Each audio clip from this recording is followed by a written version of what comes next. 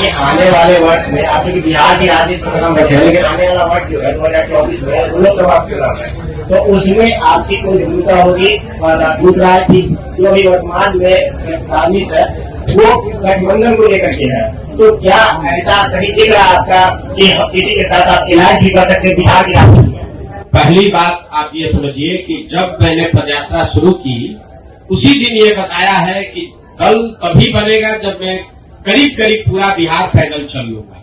तो लोकसभा से पहले तो अभी हम आधा बिहार ही कर पाए हैं, 2-4-5 जिला और कर लेंगे।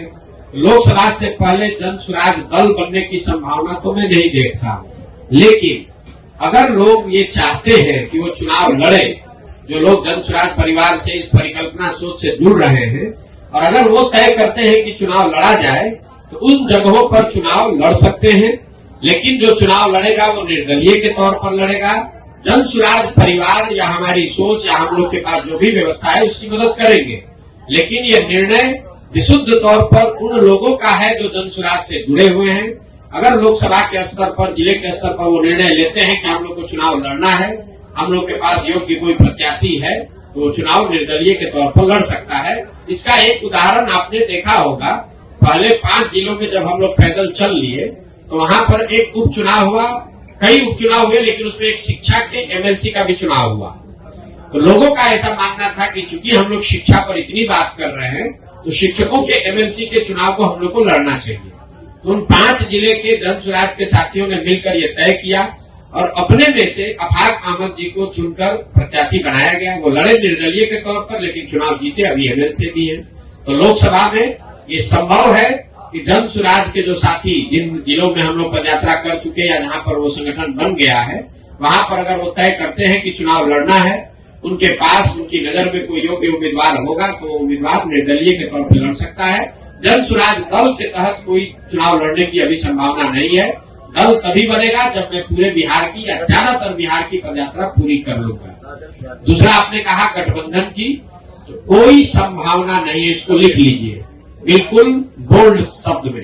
ये जन स्वराज की जो पूरी परिकल्पना है, इसमें कोई गठबंधन की संभावना किसी तरह की, किसी दल किसी व्यक्ति से है ही नहीं। ये नई व्यवस्था बनाने की बात है। ये एमएलए जीतने का, एमपी जीतने का, चुनाव लड़ने का अभियान नहीं है। बिहार में व्यवस्था परिवर्तन के लिए इतना बड़ा संघर्ष हमने शुरू किया है। हमको 10, 20, 50 एमएलए जिताने में कोई दिलचस्पी नहीं है, एमएलए जिताने में भी दिलचस्पी नहीं। हमारी दिलचस्पी है कि बिहार को जीता जाए, लेकिन बिहार को सही लोगों के साथ जीता जाए, उनके पास सही लोग जीते और उनके पास योजना हो, तभी बिहार सुधरेगा।